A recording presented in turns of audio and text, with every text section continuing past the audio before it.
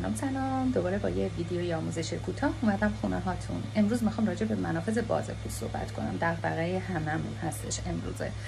اول همونجوری که قبلا آموزش دادم با دستای تمیز با یه فوم یا ژل مخصوص صورتمون رو میشوریم. صورت من تمیز هستش. اگر بخور در دسترس دارین 20 تا 30 ثانیه به صورتتون بخور میدید.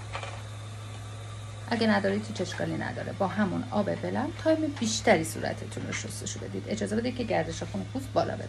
الان وقت اپلای کردن تونر هستش. من از تونر بایفاز استفاده میکنم.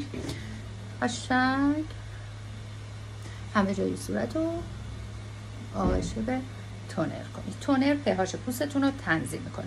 اگه میخواین تخصصی تر کار کنید میتونید از سرم های حاوی نیاسینامید روی پوستتون اپلای کنید.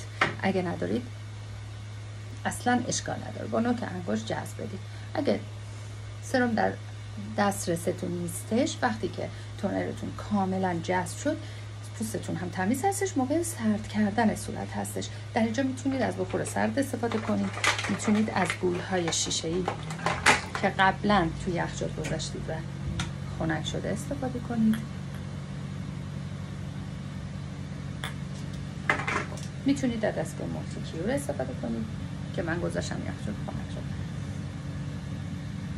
به هر حال با این کار صورت ما کاملا خنک میشه و موادی هم که اپلای کردیم به عمق پوستمون میره. اگر هیچ کدوم از اینا نداشتین یک کاسه آب یخ یا آب خنک بذارید. بعد از اینکه کاملا تونرتون یا سرم هاتون جذب شد و پوستتون خشک شد، چند ثانیه صورتتون رو توی آب یخ فرو کنید.